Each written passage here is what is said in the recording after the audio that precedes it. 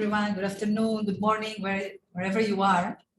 At the beginning of the last 2 years, we thought it would be very easy to communicate with each other on different platforms. We didn't need to travel anywhere anymore. It didn't matter where we are, Mumbai, New York, Tel Aviv. We found ourselves on the same level, same rectangle on the screen, seemingly speaking to the same language. Instead, this new reality has emphasized language and cross-cultural challenges in our communication. We already knew it can be a challenge to manage our international communication, and we thought we understand each other. But now we see that even when we speak in the same language, we don't understand each other. Although it looks like very simple, right? Sometimes the other side doesn't understand us and we don't understand the other side. Does this sound familiar for you?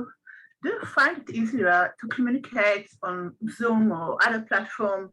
And does it happen that someone speaks in the same language as you and you don't understand?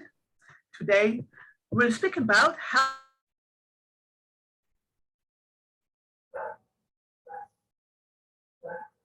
communication and the conflicts that can arise from cultural differences. Hey, good morning, good afternoon. I'm Ona. I'm the head of Center for Negotiation Management and Business Innovation at HAT. 2 years ago, I developed the first digital negotiation course, fully online in Israel. And we'll see later a short video clip from the course together. I'm also the curator and developer of PAN system, an innovative personality diagnosis used by executive to improve negotiation process. Meet my friends and colleague, Ortal.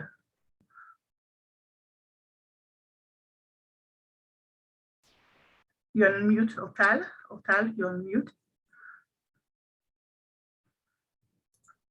Hi, I'm Ortal, founder and leader of the White Table online program. As you will see, we will use some of the cards from the program, from White Table, during our conversation. I'm also a conflict management coach in personal and professional sectors.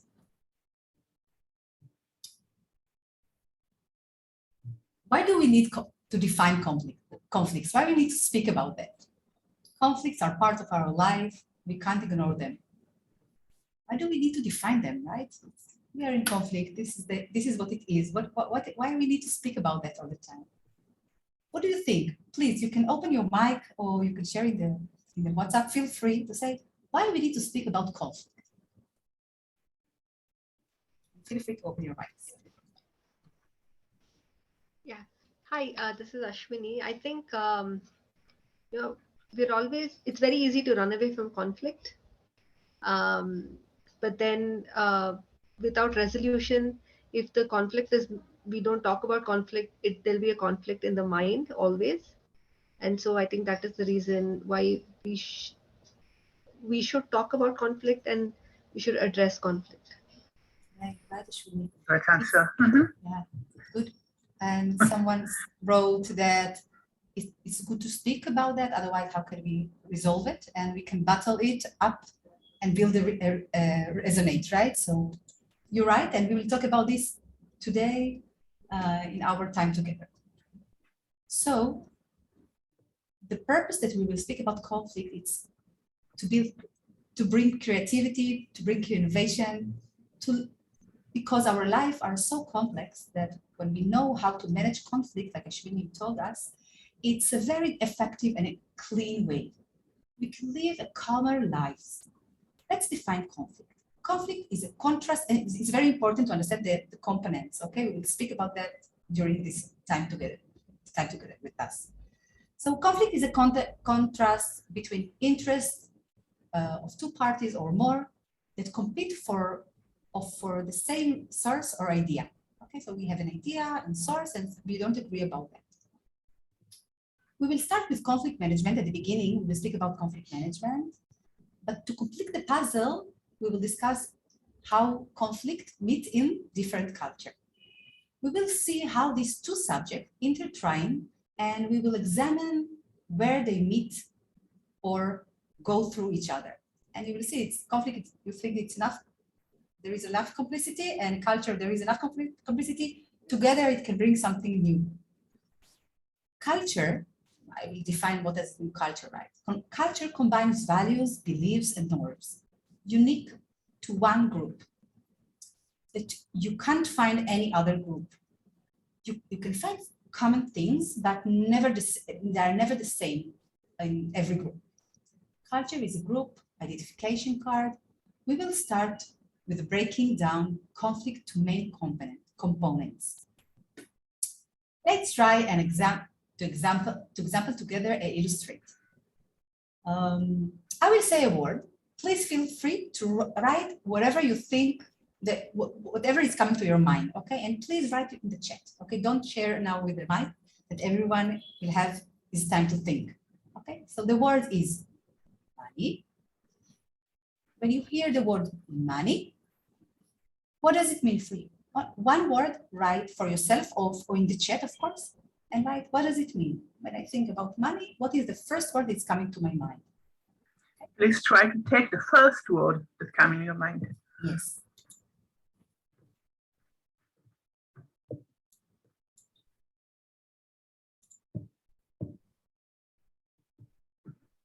Needs to be to an end.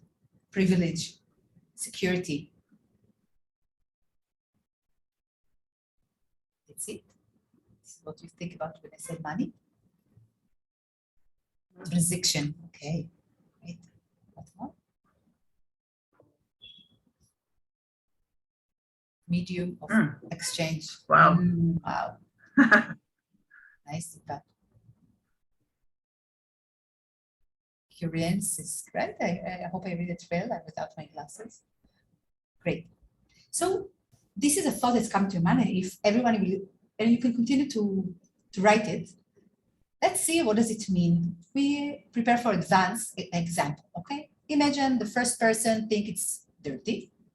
The second one think it's a resource. The third one think it's power. The person that think it's dirty feel shame. The second one, happy. The third one, when you think about it, that it's power, empowering. And then what he will do? Okay, so sorry.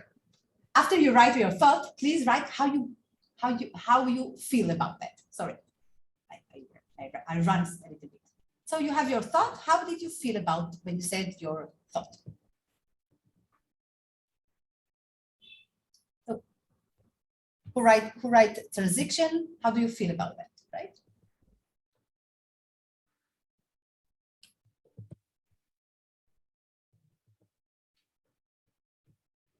Shame. Good.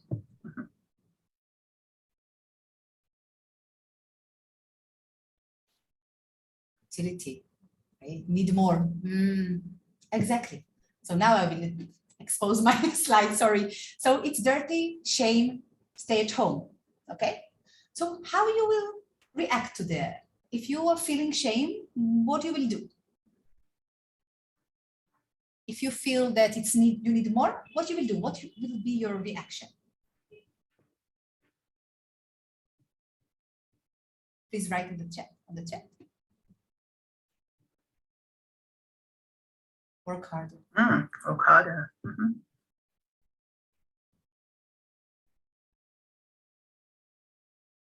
Okay. So you can continue to write. Give it away. So what we want to emphasize here that we have three people like you that you wrote, and everyone think differently, everyone feel differently, and each person will behave differently. What does it mean? What we can learn from here, that Alfred Adler thought that to every event we have different interpretation, to every interpretation we have different feelings, and to every feeling we have a different reaction. But he thought that instead of changing your reaction, change your interpretation. We call it in our professional that This is called paradigms. It's the way to look at things, is the way to choose how we think, how we will react, and how we will feel and how we will react. The idea with paradigm is that we have different prism. See the character, they look at the same shape. One see the same shape in blue, and the other on the right, on the left, we see it in a green. How it can be, right? Same event, same thing, how they see in a different things. Of course, so we are different people. We grown up with different parents. We are different gender, and the idea of paradigm is the way that we look at things, and we can choose differently. There is a way to change the paradigms, and I know it sounds sometimes very easy to say it. We will give some example of how to change it. If someone thinks the money is dirty, I will ask him, how would you like to feel about that? How you would like to react? Okay. And of course, there is a gap between where he is and where he wants to be. What we will do here, we will speak about the small step how to reach there. Okay.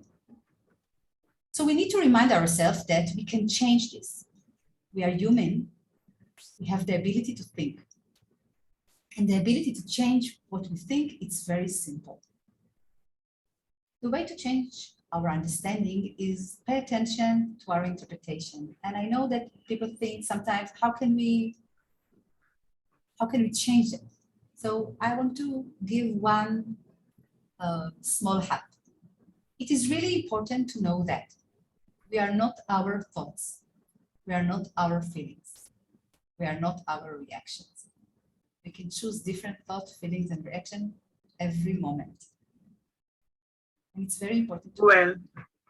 Well, Cal, we know we think differently, we feel differently, and we know we have the ability to change this. So what next? How do we make it simple and clean?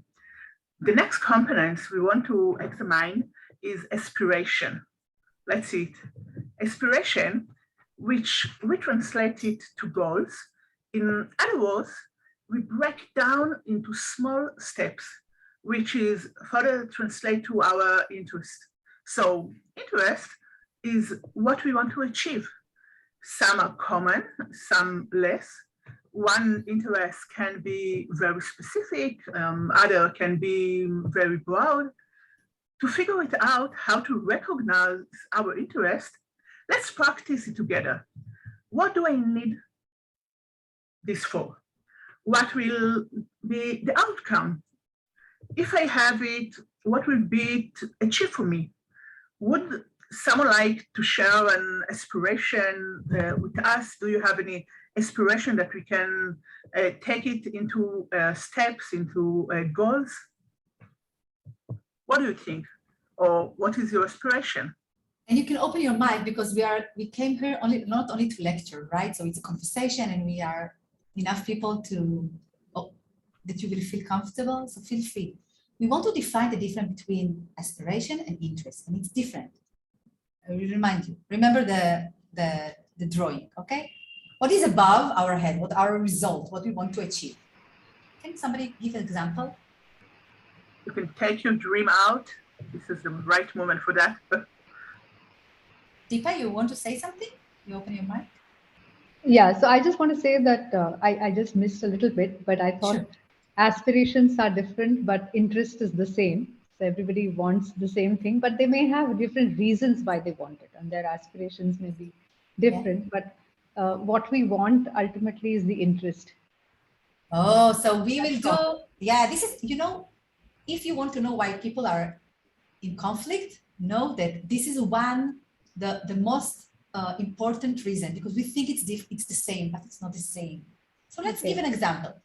Do you have an example of result that you have, that you want to achieve, that you want to get? It can be something very simple.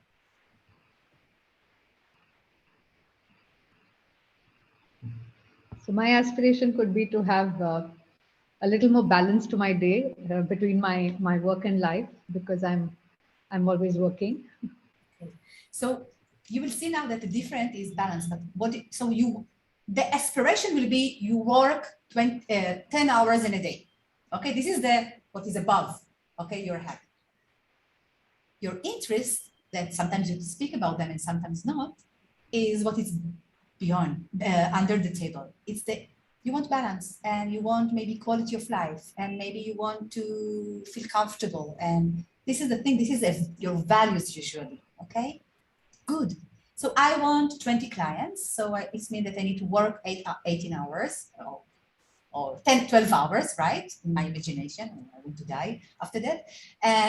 But I want balance. So there is a conflict between them, right? And this is the most important, I think, problem, that the moment that we will understand the difference. So remember, aspiration, some people call it goals, stands. Okay, there are different names, okay? What is important, like Orna said, is why you want to do this, why you want this, okay? So this is the difference. Somebody want to ask a question or to say something or to give an example? Yeah, well, that when we put the questions why we want to achieve that, we are asking for values. I mean, what is about? What is behind? Can we go behind and see what is under the table sometimes, and we don't see that? So if we want more money, why? Yeah. What is the main goal? What will be there? What can I achieve? Well, when I have more money or more client or everything I want. Right? So it's very important to understand that, and I think this illustrated. So there are things that we don't speak, and there are things that, of course, we want to put it on the table. They are overlapping, like you said, Deepa, that sometimes we want the same things, right? So how it can be, but it can be, because maybe something that's important for you, it's not important for me. Maybe for you, balance is important, but for me, independence is more important. So it's okay for me to work 12 hours, although for you, it's not. If I don't know, and when you are hiding this interest, how can I come closer to you? How can I help you? So this is the purpose. Beautiful. And Thank you. welcome. Somebody has questions, feel free to, of course, open your cameras. It will be amazing that we will see your faces and microphone, because we came to bring the dialogue to the table, not something else, okay? So it's important, and most of us live in family, organization, that we hide our interests. How can we resolve our conflict? So we discussed this we discussed this for many, we understand now the first component, the aspiration and the interest, right? But to achieve this, we need one of the most important skills. Can you think about what skills can help us to recognize, like we did now with Deepa?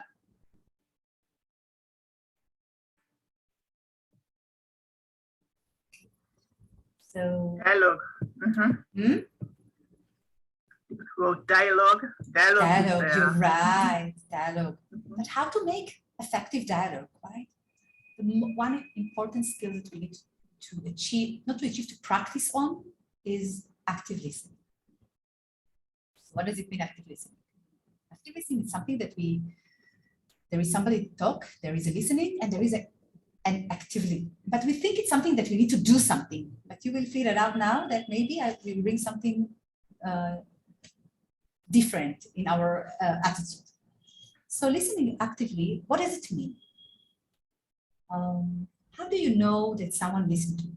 How do you know that somebody listened to you?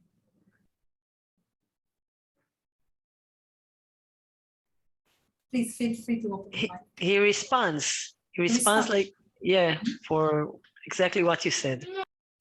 Okay, he responds exactly what you said. Great. So before he responds, there is something more that we need, and I will explain that, okay? There's an answer, great answer. Body language. Body language sometimes reflect all the noise, all the gaps between the verbal message, what we're trying to say, and what the other side understand. And it's very important to listen to the body language, right? So Orna, I will tell you a story, and I will tell you, all of you, a story that I'm sure that Dikla knows my story because you hear this story a lot, but it's always nice to listen to this. So it's a true story, okay? One day, my mother's friend Edna calls her and tell her that her left eye really hurts and it worries her. To which my mother answered that 14 years ago, her friend Moshe passed away from the same thing. How do you think Edna reacted? She hung up the phone. They never spoke again. Because after a few months later, Edna had health complication and passed away. Until this moment, I was sure that my mother is the best listener in the world. But what actually happened there? What do you think? It's a true story.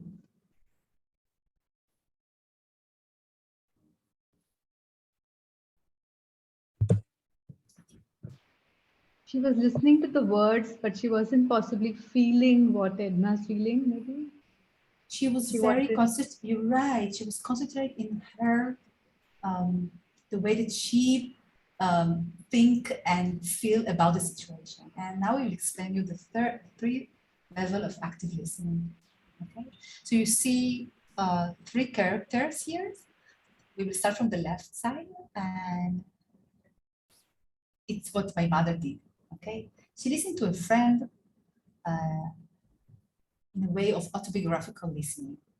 It means that when her friends were speaking, she was thinking about how she can help her, maybe one, or how she can do differently. Or there is another option. Sometimes we listen to others because we judge them. We think that we can do differently from there, right? From them. Or maybe she's ridiculously and she doesn't need to be worried. This is called autobiographical listening. It means that I listen to you, like you said, Ipa, I listen to your words, but I really listen to myself, what I think, what I feel, what I will do instead of her. And sometimes my parents are very, I want to help, right? She wants to help, but who asks you, right? It happened to all of us. I don't know one person that it never happened to him. So it's happened to all of us, and it's very legitimate. And the only thing that we need to do is to recognize it and to see what's going on with us. The second level of listening is the middle one, and you see that he's holding a mirror. It means that instead of saying that her friends passed away from the same thing, if I heard you well, your left eye hurts and you are worried, right? So I repeat exactly what I heard from her. And this keep it like a mirror, that I don't add my thought, my feelings, or my reaction. This is called accurate listening. Okay, I want to understand that I heard her and she heard herself from my voice. Sometimes we are emotional and say things that we don't mean, right? It's happened to all of us. By mirroring, I enable you to listen to yourself. We are not stopping there. There are another level of listening, and this is on the right. And the third level is to be empathic. What does it mean, empathic? Is taking another person's perspective, avoiding judgment, recognize and communicate emotion, right? And we need to feel, to be in their shoes to understand what's going on there. It doesn't mean that I agree with her. It only means that I can see and feel and can relate it to that. So it seems we have everything we need, all the right tools to communicate clearly. But Otal, what happens when you bring culture in? Remember, we defined culture at the beginning as a group idea. It's combines values, belief, norms unique to one group that you cannot find exactly in other group. You can find common things, but never will be the same. So do we have all the proper tools to communicate and understand one other idea? No, unfortunately, we don't. If we take a closer look, we became aware of many challenges or walls. Some walls are visible and might even see truth of them, but some, are there, yet they are visible. As we said, and as we can see on the slide, when we talk about culture, let's see that. Okay, let's see that. When we Yes. talk about culture, we can take a look at the layers that make the society like an onion. We have many layers. Every culture has unique visible layers and hidden layers. For example, in my digital course, we ask people, what does Israeli culture means for them? It's also a case study and example on how each individual frames or interpreters. Let's take a look of the video clip together. Just a moment, Orna. Mm-hmm. And start the sharing. Just a moment. You need to stop. Yeah, I know.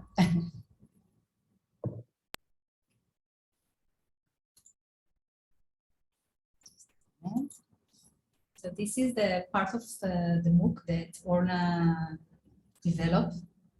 And I think you will enjoy. It's beautiful. That we have a lot of things I want to say about that. Maybe at the end we will explain that. Right. So you can see the video. You can see Orna. Yeah. Yeah, we can And see you can that. see now double Orna. Yeah. Okay. Great. So No, it's me. It's not my voice. Right. Israeli culture.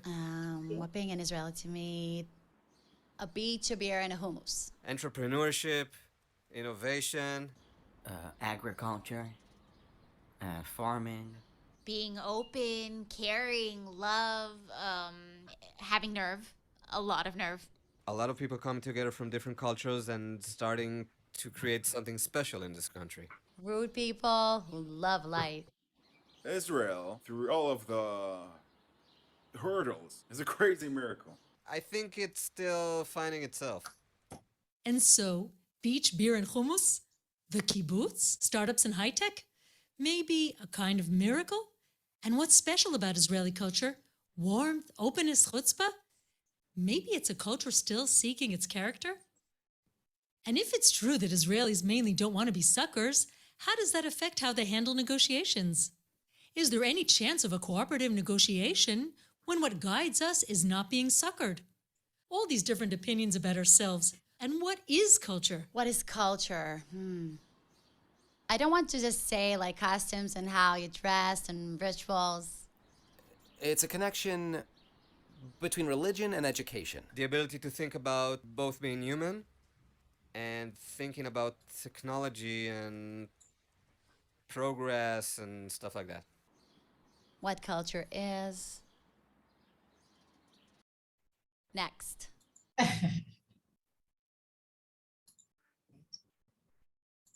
As we can see, each one of us has his unique paradigm way to think about culture. Culture is something with a lot of colors, and everyone can choose his culture, his color. I mean, is a special perspective to look at colors. And it's Culture. complicated. So the character said next, right? Because we have so many things to say, and I'm sure that it doesn't matter what country you live in. We are such a, there is complexity, but we want that you will think about how to simplify this complexity, how to make it simple and clean. And we like the words harmony. And I know that in these days it's hard to say harmony, but we can do it. Okay. Many But you know, studies. Tal, at the end of the day, we need to communicate together. Means I can take my perspective, you can yours, but if at the end of the day, we need to meet together and to share things together, do things together. The world become globally. So in a global world, we need to take the cross culture negotiation and to try to make it something. I mean, we see all the world. We need to take this world and break it down and start to negotiate together. So this is our purpose, to take it and separate it and to understand how to do it. Let's do it. Or can I share our stories together, right? The first time that we collaborate together, what Okay, people of course. thought, yeah, I think it's a good example.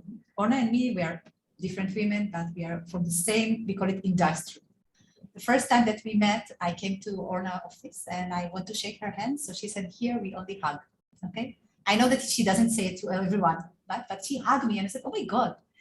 Then I went out and she heard from other people and I heard from different people that they ask us, why are you do collaboration with Orna? I can't understand. You are competitive, right? We learned at the same university, we learned with the same teacher. We didn't know that. We didn't know that, okay? Why are you doing that? And we didn't understand why they are asking that. And I remember that Orna told me, I like diversity. So this is the reason that I called you to come to the meeting. And it's so many years that we work together, and see we are here, although we are different, and sometimes we think differently about the same subject, only that you will know, and it's fine. The only thing that we need to understand, what is more important than that? I want to be the truth, I want to hold my truth, or there is something more bigger than that, okay? So we will continue. So at the beginning, we spoke until now about what does it mean conflict and different components, like what does it mean paradigms, how we can change paradigms. We spoke about interest, about aspiration, and we understand it's not the same, right? Now we will go deeper to the subject that we want to speak and connect between them. Many studies has addressed several aspects. You can see the PowerPoint now, yeah, the wall. Okay. Several aspects of culture. Thank you. We have chosen those that are relevant to our meeting today. So the first level, that aspect that we want to speak about culture is individuals versus collective culture. And maybe you have a thought. Do you understand what does it mean? There is and please feel free. What does it mean, culture that speak more individual and culture that speak more collective? Yeah, it's when people think of themselves first before thinking about their own community, or could be the country, or could be the world. So when people think of them as individuals or individualistic mentality, I think is individuals. And it's not that you're right, Ashwini. It's not better or wrong, right? It's it's a different perspective, right? Like we said, it's different prism, right? So individual culture focus on men's versus focus on group. Free follow of information versus controlling information. Individualism will choose values that put focus on the self. It will be clear and more straightforward, like they speak very clear and straightforward to the issue.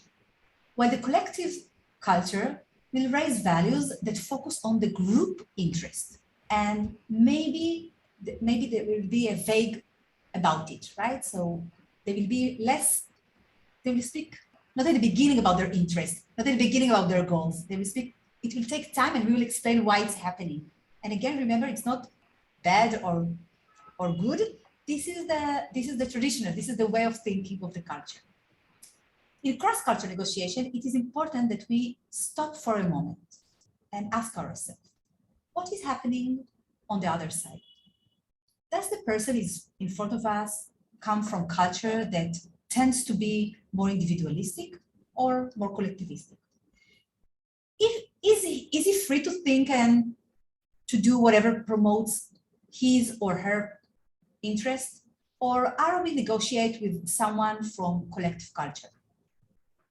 This understanding can solve many questions and misunderstanding in culture.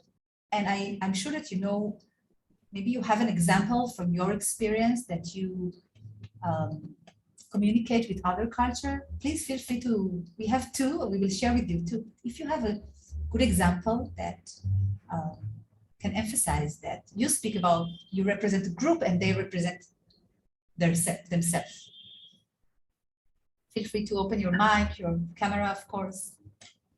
Do you mind to stop the share for a minute? Yes, so we can see each other? Thank you. Yes, thank you. And please feel free, for us, it would be awesome if you will open your camera. We are a teacher in the university, so we usually love to see people. And we can't speak about conflict without seeing your face. It's enough that we are in the cubes, right? You don't have to, it will be nice. I actually can't think of an example because everybody who I have come in contact with always have talked about community and at least a family, right? Just outside of their self. Um, so I think I'll wait for the next question. Okay. So you feel that Deepa has something. Yeah, you feel that most of the, from your background, they will speak about the group, right? They will speak about, you're right. I think so. Yeah, you're right. It's emphasized in India, it's more common, of course, but not only in India. In China, in Japan, they're more, that the group is in the center. Deepa said she wanted to say something. You want to say something, Deepa? That's you. Oh. Yes, I just want to say that, when we have many generations of relatives living in different parts of the world, and you can clearly sort of see them moving from more collective group thinking to becoming more individual in their thinking when they move towards individual cultures, which are in the West. And you then sort of see them trying to be different people when they are back home, because they are trying to bridge the cultures, and they realize that living for 20 years overseas does make them very individualistic, thinking about themselves, their careers, their children, their business or their work, and being successful. But when they come back, and that's beautiful to see how they sort of bridge cultures, and I love observing the interplay between the cultures. I've also, when you go to Nepal and you think, Nepal is so close to India, and, it must, but Nepal is even more collective. So, when you have a corporation, which is a global corporation, which is trying to figure out and say, oh, why are they so different? You kind of go under the belly to understand that they are even more collective. So if it's on a continuum, it just becomes that much more dense or that much more collective. So I love to see the the spectrum of individual to collective, and it's very interesting to see where these meet. And you are so right, because it's not only collective and individual. You will see that sometimes there is a combination, like we as Israeli are, there is a combination between, we have elements that is individualistic elements, and there are some elements that we are very collective in some parts of our, like in communication, we can be very individualistic, but in, how do you say, but relationship, we are very thinking about groups. So it's very different, and it's so important, and we can combine, and you touch and say the words bridge, we will see it later. What does it mean, bridge, right? Thank you very much. Thank you. We can also speak about organization culture. I mean, in Israel, as Sotal said, you can see that in the high-tech industry, they are really tend to individualistic.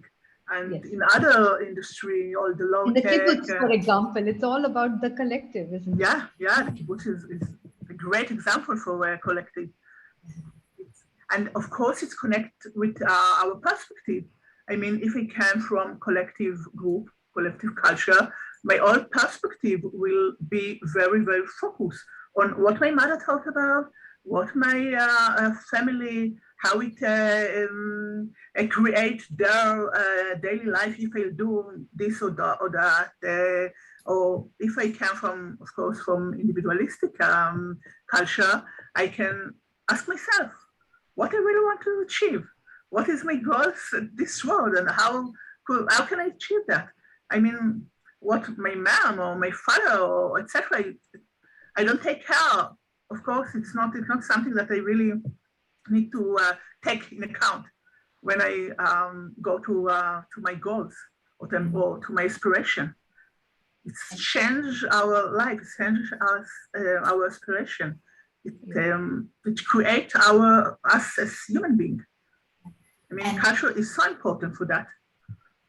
And the challenge is that how can we communicate with different culture? Because then we need to change our perspective, right? I can't speak straightforward with someone that, first of all, need to speak about his family and about he need to feel that he trusts. And we will speak about that right now, right? Or not, because I can't. Otherwise, they will look at me and they will think that I'm not a nice person, that I speak about myself or about the issue and not about the... Yes, Deepa.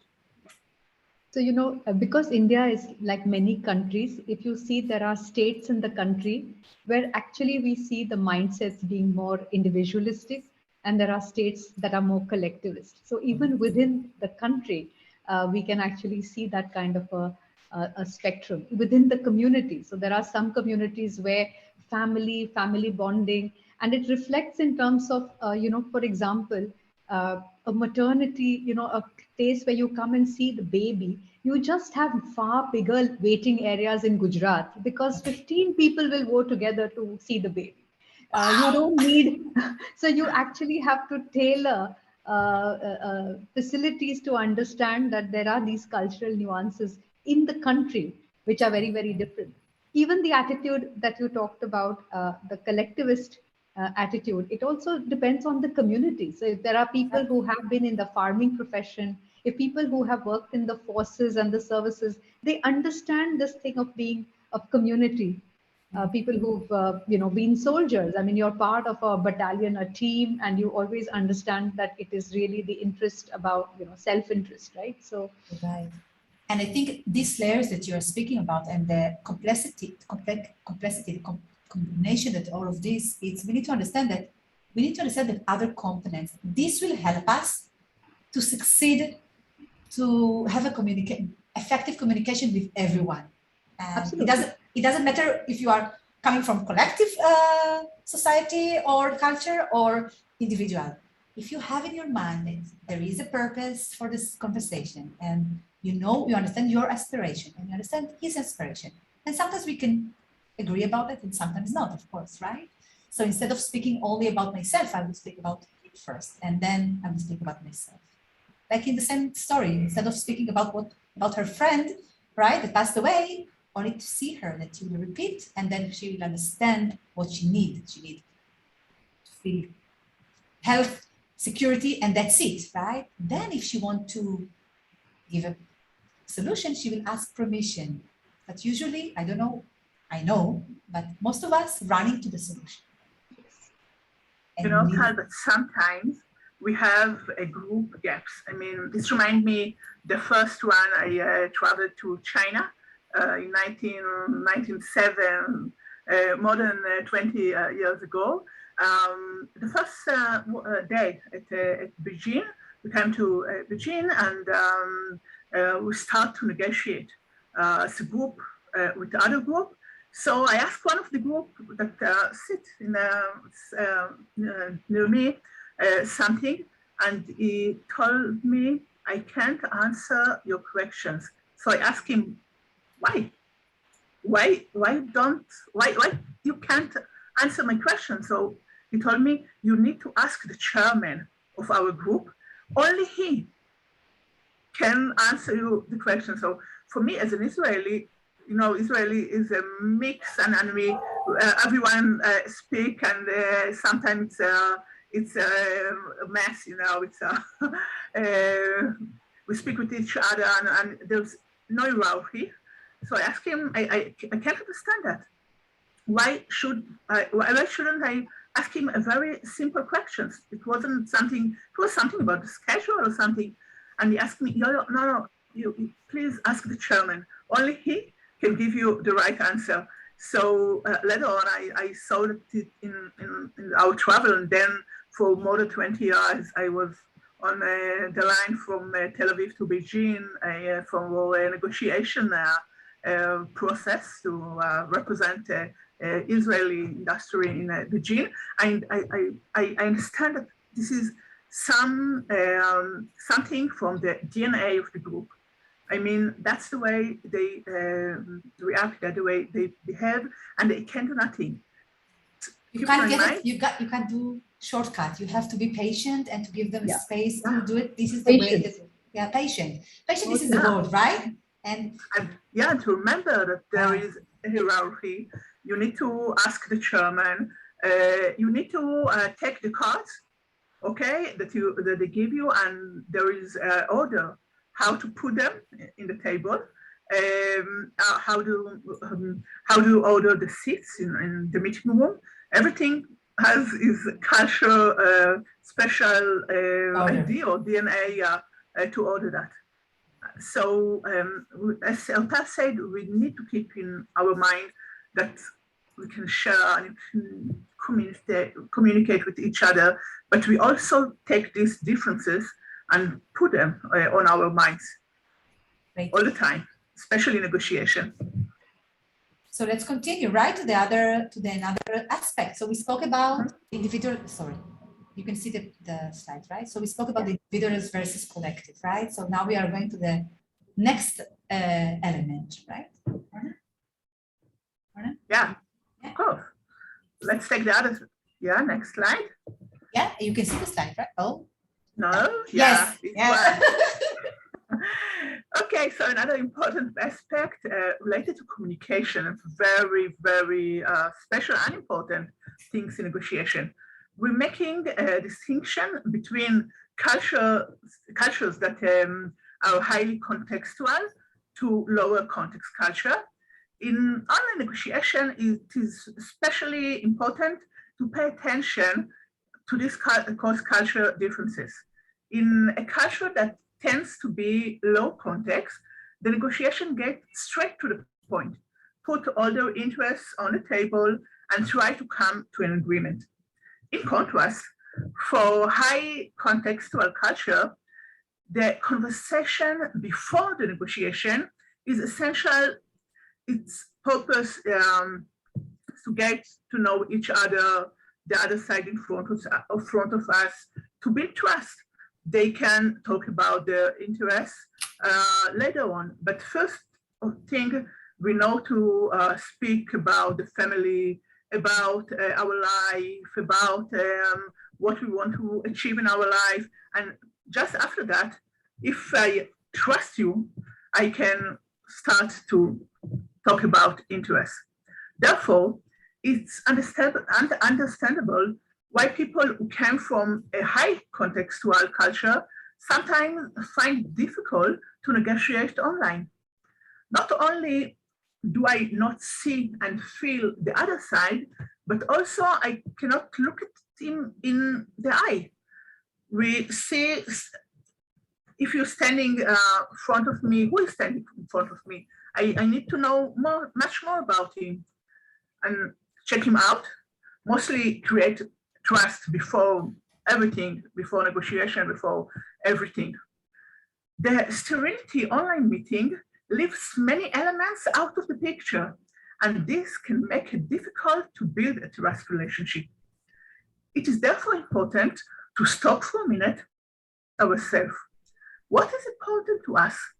How we negotiated, and whether the other side is conducting the negotiation as we do.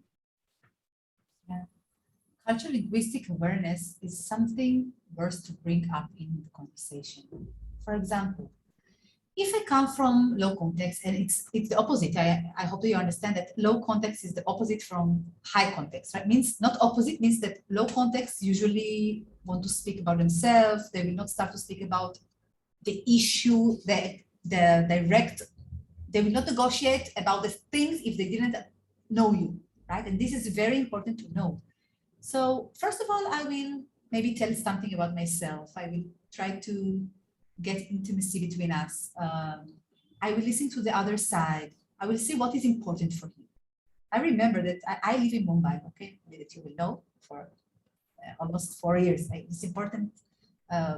It's important to know. And I remember that the first that we signed the contract before for our apartment, we met the person that we need to sign it. So I came with a note, with a notebook, and I wrote a couple of points that we want to speak about the apartment, what we need, what we want, right?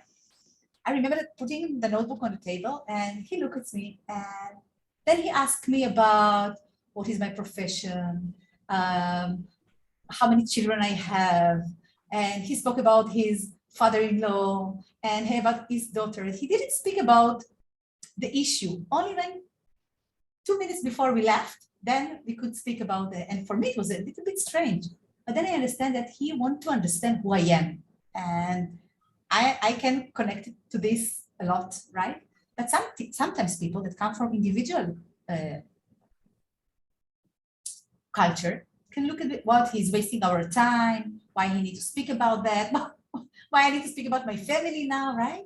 So I think this is a very good point to understand that it's important, and I need to be, and I saw you repeat the words patient, Deepa, right? Because patient, this is the, the mysterious word. Ashwini, you want to say something? It's interesting where sometimes a low and high context could be different in the same culture. Like, for example, in Mumbai itself, I can see a lot of people who are just straight to the point versus someone who takes their time to get to know you before they can decide whether they want to transact with you or not.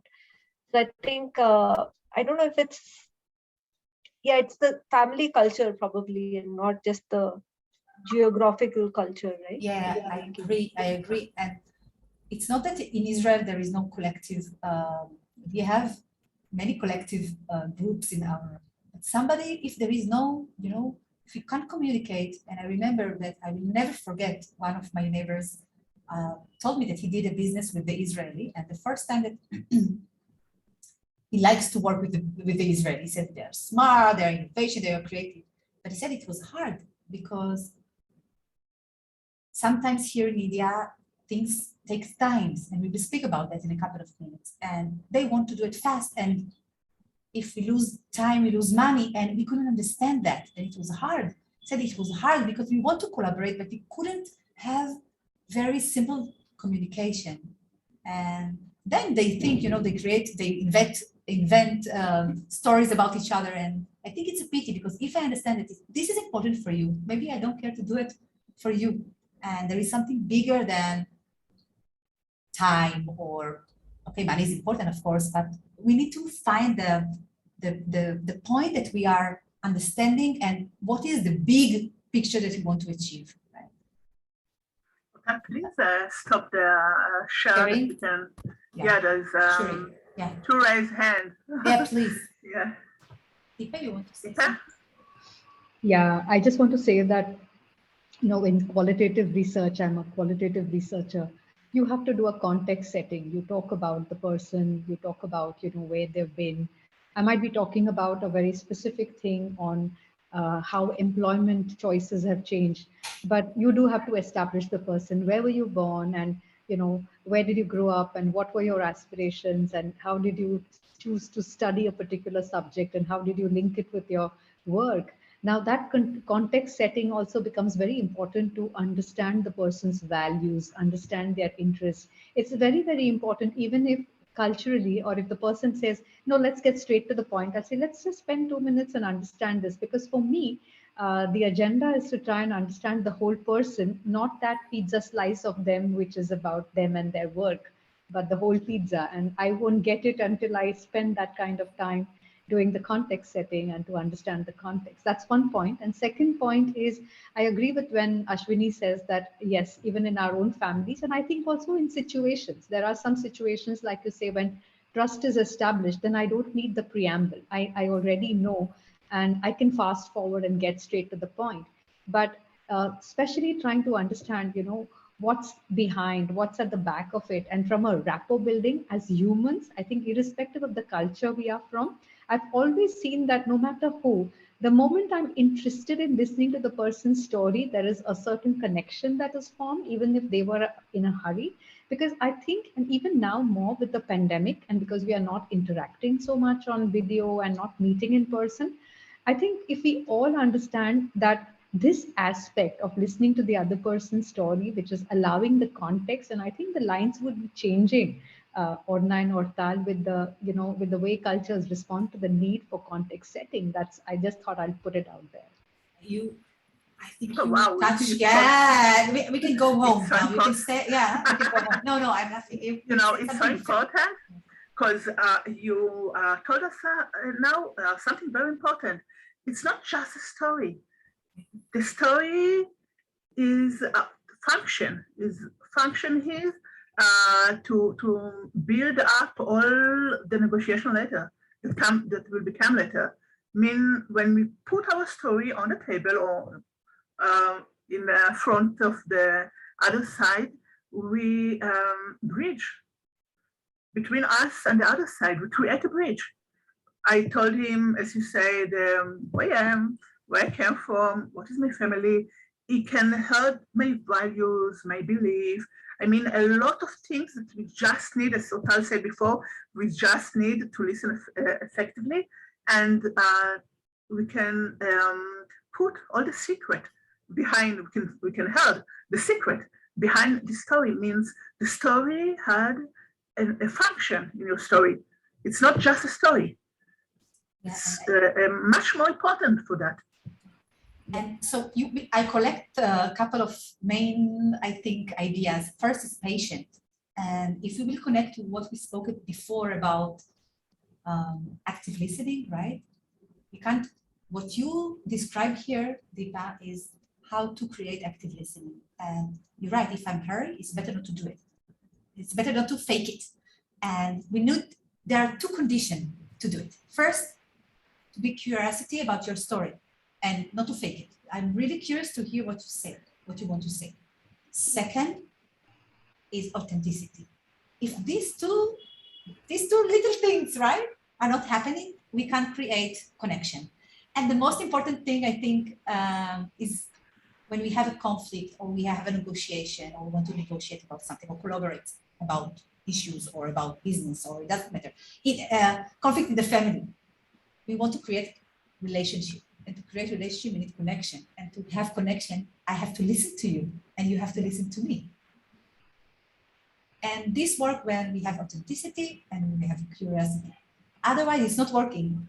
From my experience, if somebody fake that he's listening, I directly feel it, and I don't want to speak, and of course, not to do business with him.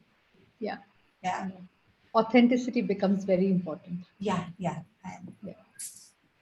but we need to be aware that the people that came from individualistic culture and they don't know that story is a function. They can ask themselves, why Deepa or Tal or someone else told me now a lot of things about the family. Why should they know that? How can it help us to take an agreement later on? What the whole story about the story? And this reminds me, my grandma. My grandmother was one of the first businesswomen in Israel, a lot of years ago, of course. And when I was a little child, she told me one sentence that I keep in my mind, and I use it so many years later on. She told me, when you start a business meeting, remember, take for at least 2 cups of coffee, 2 rounds of cup of coffee to share with the other side. And just after 2 cups of coffee, you can talk about money, about business. And when I, 20 or 30 years ago, years later, I saw that in China, the coffee became tea, but it's the same things. Just we need a round. Yeah. Even Japan. You don't. Yeah. And it's and I think it's beautiful, right? Because we understand it, and it's the same with the person that I signed the contract, because we are best friends today, and we eat together and we meet together, and of course we live here and in a very comfortable, and he's happy with us. We are happy with the situation, and we are very good friends with him. So I think it teaches me a lot about that. So we will continue to another. I just had one thing that I wanted to talk about. Like when Orna said that story, you know, in India, when you actually go to a jewelry store, right?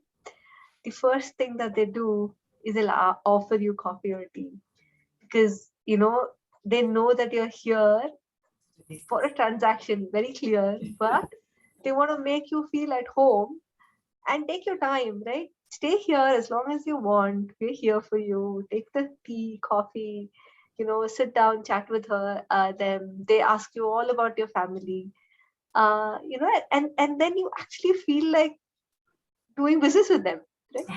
Versus, so that works in all jewelry stores, Orna and Ortel, if you ever visit one here in jewelry. And When I sari. go- And sari shops. Yeah, but not only Yeah. there. When you buy, I went to, to fix something in my phone. They asked me if I want to drink chai, right? And it was amazing. It's not jewelry, but it's simple. And I sit down and we talked, and it was one of the best experience that I had in India. Only that you will know. And I only bought. Wasn't a mobile phone. I only need to fix something in my program in my phone. No, That's it. but the tea you remember, right? And the Of conversation course. you remember. So I when you remember the want the person next, too. then and then when you want your next phone, you will go back. It's just not that one transaction that they're Yes. talking about. Yes. So And I think, yeah. Yeah. And the tea and the coffee really helps. You're right. And Yeah, I think Deepa. And I And just I want to say that the cultural code is the Sanskrit verse. It stems from Atiti Devo Bhava, which means my guest is my God.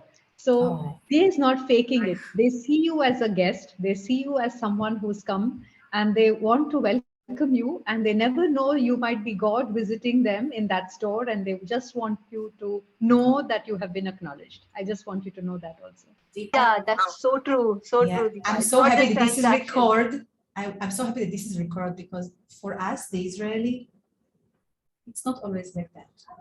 And this attitude, if there is something that I can, there is a lot of things that I can take from my time here. This is one of the most important things. That God is a big word, I understand, but we understand the meaning behind that, right? And I think we have a lot to learn about. I have an idea. I shared with Hotel.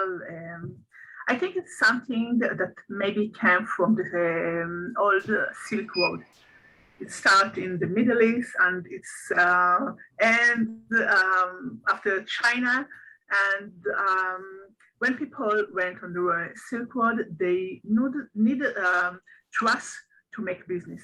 I mean, they start somewhere, put the things somewhere, went, and then maybe just after a few months, they began to collect the money that someone gave them for the properties they put there.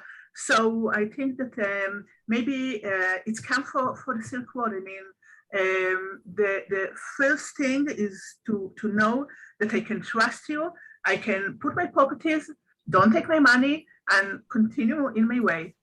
And maybe it will take me a year to be back, and to take my money. And it's beautiful because we put our treasures of trust, I called it, all over the way, and it's go into the culture. And the Silk Road is not a really Silk Road anymore, not an active road anymore. But it became to our culture, and it became to our DNA. It became to our mind, and it stayed there. And we took and take this with us, and give it like a treasure to our child and to our society. And I hope that we can, as Tash said before, we can put it together. I mean, even if I came from individualistic culture, I can fully understand that other people can think different, that other people can maybe have other DNA, other beliefs. Maybe the thing that your God is your God, and maybe the thing that they even if they don't know that from their family, they can put it in their hand, in the mind, sorry, and take it to a communication or to negotiation. Every negotiation starts with communication, and every communication starts with listening, as I said before. And everything starts in empathy and the way that we can share and communicate each other. Good. So let's continue to the next element. Yeah. Okay. So two other aspects. We have only two other. Yeah. Next one. Next slide, please. Two other. We should address our space and time. Let's start with space. In physical negotiations, space is a great importance. who sits at the front or at the top of the table, how much space each us occupies, whether we sit or stand. In so-called online negotiation, there is no room or space. We all have cube on the same side, and yet it's worth asking, this space is just physically? What do you think?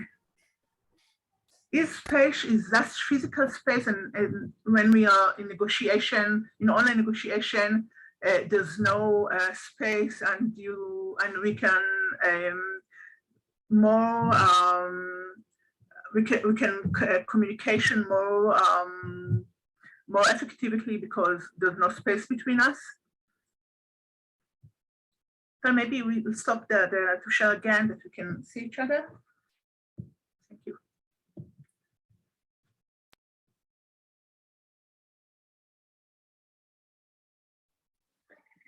I think actually, that, Can you see oh, it? sorry.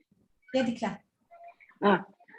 I think that some kind of closeness is important because even now when we Zoom a lot, then still when we want to close a deal or to get something done, then we meet in person. So I think that there is importance to space and closeness. Mm-hmm. What, can you take this closer, and may I ask you what can be something that maybe we lose when we are online? I think that it's, first of all, it's the way that you look at the person like from head to toe, which is important because sometimes the way that I sit, how I move my legs, things that you feel, the body language. It's like in subconscious, you get like a message from someone when he sits in front of you and not behind the screen where you can only see a part of him or her. You know, all part of body language. Yeah, exactly. And I think when you say space, it's not only, sometimes it's, you know, people that they are coming closer to you when you are talking, and now it's not happening, but you can feel it, right? There are people that look directly to the camera. There are people that was hiding now with online. There are people that need to feel more, and it's hard for them to do negotiation through this way, although everybody is doing that, right? But it's different. And we know that like collective culture, they prefer face-to-face than individual culture, right? So it's important. That's a good point. Thank you, Dikla. Someone else? And let's speak about space, right? Today, if somebody before used to hug or shake hands, today after the pandemics, people are not running not to hug and not to shake hands, right? It's so different. I'm a hugging person and I love to hug, and suddenly, you know, at the beginning of the pandemic, not now maybe, it was a little bit, I want to come to hug, and then people was like this, like you are doing, it was so strange, right? So it's giving and to understand that we need to respect it. And some culture need more space, not to be closer, and some culture need, you know, I think in India it's very, people are hugging, of course, but the namaste, right? People are not shaking hands most of the time. They are doing namaste with the two hands, right? So there is a meaning for that, of course. Right? Yeah. It's maybe also the way, sometimes also the way we sit in a negotiation meeting. Yes. I mean, if we choose to take a seat in a round table, that we can all share the same space, or maybe in a big table that someone is in the front and at the top of the table, and all the others choose to take the seat somewhere. And a trick of manager is there. Sometimes you take higher seats for yourself and put all the other in other chairs. So there's a lot of things. It's not just the body language; it's all the space. How much space we need. How much space to take to put our things. We can look at the executive room's office and take a little watch to Information, see, yeah. yeah, a lot of Information about the person, right? how many space you need to take. I mean, if you come to an office and you see all the pictures and all the maybe all the cards you have and a lot of personal things that he put on his like he built a wall between him, his side and the other side, or maybe it's open. I mean, I want to say I'm here. I can share with you my open space. Please come to share your open space with you. It's not just body language. It's much more than that. Deepa? I just want to contextualize and compare two cities in this country. Delhi, which has lots of space, Mumbai, which has very little space. And if you have traveled on the trains over here, the whole culture is to prepare, it's called the fourth seat. So, you know, it actually accommodates only 3, but the culture is such that you will squeeze and make the fourth seat available. Either, you know, you will be granted it, or you may actually have to ask for it. So that's one part, which has its own story of camaraderie, but it also has this whole sense of there is only so much space, because after all, it's an island strip.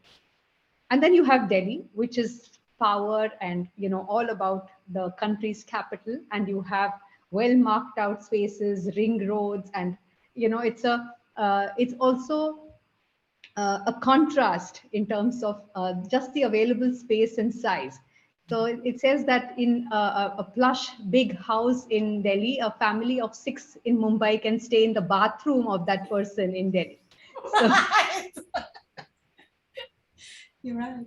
It reminds me a story that I went to a party in Pune, and I still have the picture. I couldn't believe it. It's a big house. I can't imagine. Okay, fine. But I went to the toilet, to the washing room, and it was, I think I can eat there. It was it was so big and so beautiful that I said, oh my God, we can sleep here. We can do everything in the same room, right? And for other person, it can be something very small because we have such a lot of property. Yeah, you're right. So space is more than that, right? It's more than to be closer, or body language. It's more than that. Yes. And there are places in Paris where, you know, you can be in a one hotel room and you have enough place to stretch out your feet and keep your bag, right? And it costs like 5 times, Yes, right? exactly. You're right. Okay, good. So let's continue with the third aspect. Third and last. The fourth, sorry. And last one. Can you see okay? So this is the time. We are approaching to the end of our time together. And it's impossible not to mention difference of attitude to times in culture. Directly jumping a lot of story in my mind now. How essential is time to us? For example, we know that in Japan, they never miss a negotiation meeting, and they arrive at least 15 minutes before the scheduled hours. Arriving on time is considered being late. On the other hand, there are culture where times is amorphous. Means, as Israeli, we share that there are different between professional and private time, social time. I will explain. So, if there is a business that they need to do, they will be on time, not always early. Some of them will come early, but they will be on time. If there is a dinner or a party, we should invite them, and we want that they will come at 8 o'clock. It's better to invite them at 7:30 because time is more fluidity, right? And I think that the one more important that I learned in India, when I ask somebody, when you're coming, right? I need a service or something to fix at home, imagine. So I learned a word that I never thought about that. Sometimes. The answer is sometimes. And I didn't understand what does it mean sometimes. It's tomorrow, it's 2 hours, it's 5 minutes. And and then I asked, what does it mean when you're coming? He said sometimes, and sometimes you can say it's 5 minutes, and sometimes it's tomorrow morning. So this is sometimes, and I'm using it a lot now because I'm laughing about that. Because for me, sometimes I don't understand what does it mean. And here there is a lot of patience and people take their time sometimes, but it's a way of communicating. It's not that they are not thinking about your time, it's different. So when somebody said, I will call you sometime, I understand that it will happen or not, but usually it happens. So especially it's important to ask, like I did, what time? What does it mean sometimes? And not in a bad way, to understand that sometimes for him it can be 5 minutes or 2-3 hours more. And if for me time is more accurate, so I need to be very specific to understand. I mean that timing is questions of geography. Yes, you're right. And sometimes it takes a long time to come from one place to another place. You know, it's like my husband told me today, it's only 3 kilometers. Why I'm driving 1.5 hours to 3 kilometers, right? But this is what it is. Is winning? Can please stop the show again? Yes. Yeah, well, yeah, I think I have this funny thing, just like what Orton said. I think it was in Mexico or somewhere in South America. They say mañana. Yes, yeah. Same like sometimes. Yeah. You don't know whether it was yesterday or tomorrow or sometime later. But, so right. I like the idea though. I mean, it is there. The possibility is still open, but they don't know when the possibility will come, right? So it's not that bad all the time to say, yeah, later, but not the highest of the in the priority list, but in the mind, right? So I like that idea. It's exactly the same with the mañana, because it doesn't mean that it's mañana. It can be afternoon for them, right? Exactly. And you don't know. And I lived in Spain, and it was the same. And I lived in Spain, and I was younger, so it was so hard for me. What did I buy? I come to buy something, and you said mañana. Why not now to do business, right? I didn't. Mañana. This is his siesta between 2 and 4, and he doesn't want to sell. I didn't understand, and I went to research, so he knew that I will not come tomorrow. I will go to another place too, but he doesn't care. And I think it's like you said, if you understand the beautiful, that we think that it's not good or bad. This is what it is, and we need to respect that. The place that we live, the people that we speak with, we need to respect it, and not to insist that our way is the right way. Okay. Oh, yeah. Yeah, of course. Yeah, so I just want to tell a story if I have a minute. Sure. So this notion of time and using time as power, arriving early, arriving late also is a connotation of, when you arrive on time or you arrive early, it's also a sign of humility. It's also saying, I'm one with the host. Can I help you? You can get in and do stuff. So it's a great way to sort of build that connection. That in India you say you're not a guest, you're family. So when I come on time or when I appear a little early to help out or to say, that there is like a baby or there's people might need some help around. So I just want to make that little point. And the second thing I want to say. Sorry, this is the time my dad comes upstairs, so that there's tinkling of bells that happens. So, sorry. It's really nice. Other thing that I want to say is when I started Lumiere, we were the first virtual workplace 25 years ago. So the whole notion of people could work from their home and to deliver a project on, projects properly, professionally was not known.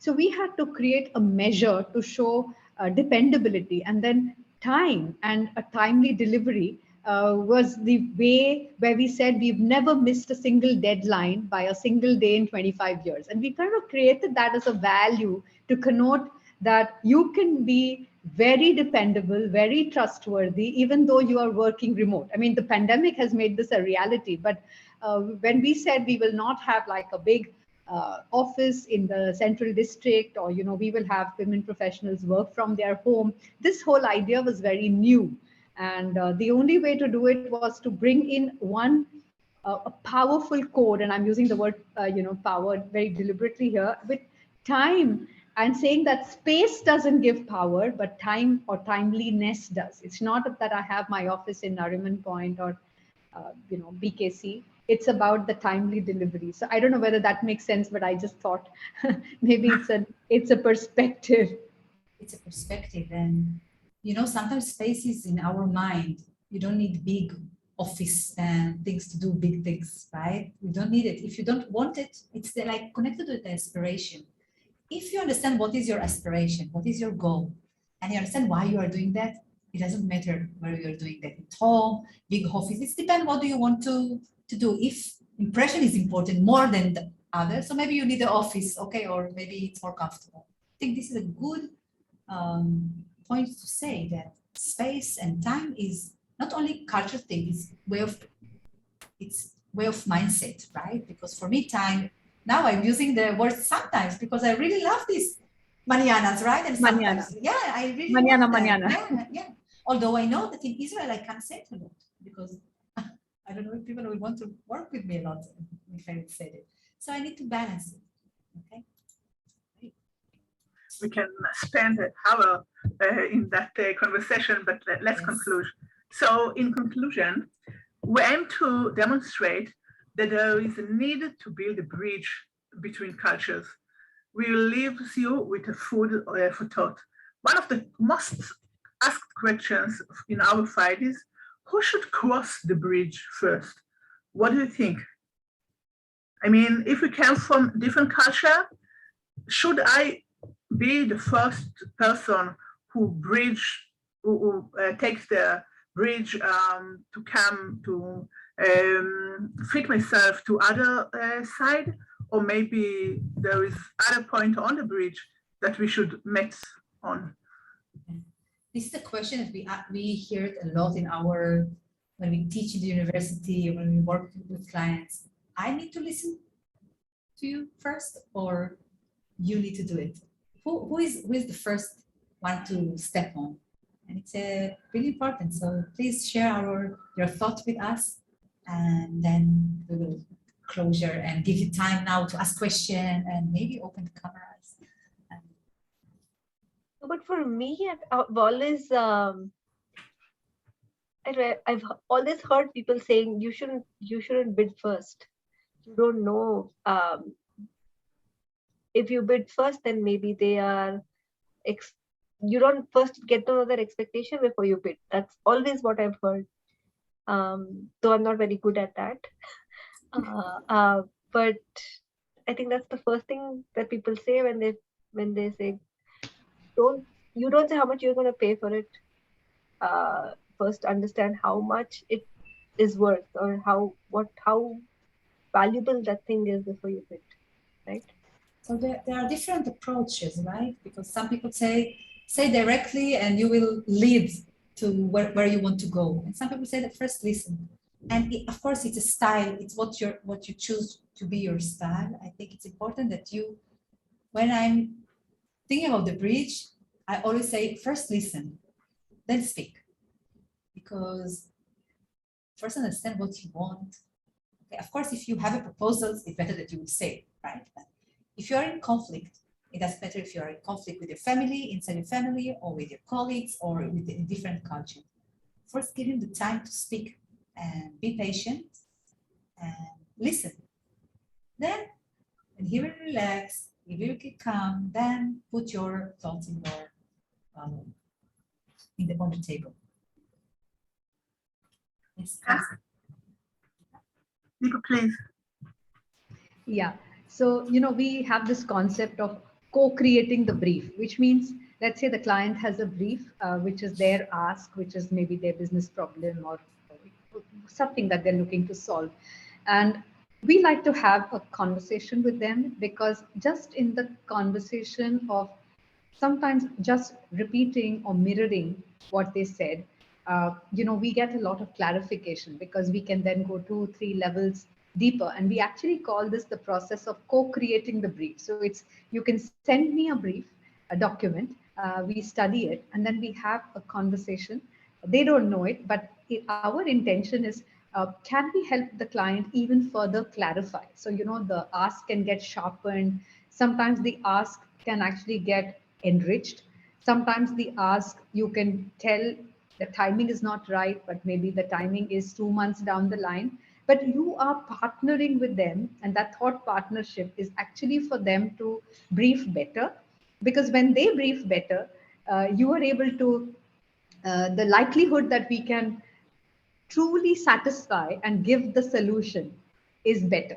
So I would err on the side of saying, I would like to hear what you want to say from that perspective of co-creating the brief and lifting the equilibrium in the relationship or the dynamic that's going to come just because there is better mutual understanding between what they want to do, what we have understood, and what we can deliver, and how we can co-create even towards the end of the solution of what we do next, because they have completely bought in to this brief. That suddenly the you versus me goes away, and then it's we and us that's working on the project. That's what I feel.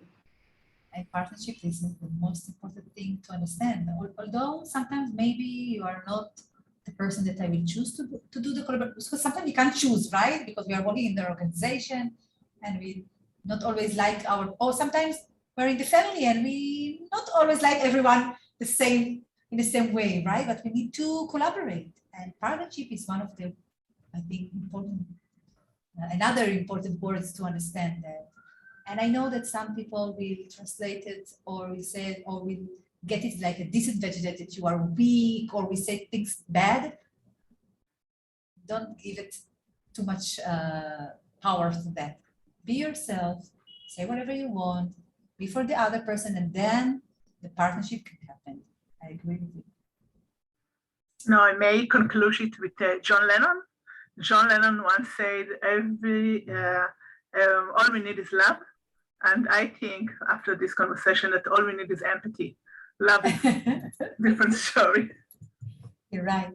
So only know that this is our emails, and feel free to write, ask questions. And of course, we still have time to ask if you feel that you want to ask question or whatever. We are here for you. Thank you very much for being here. For the people that was here, but you couldn't see them, and the people that, of course, opened the camera or wrote in the chat. And for us, it was. Thank you very much. It was a great pleasure to be here.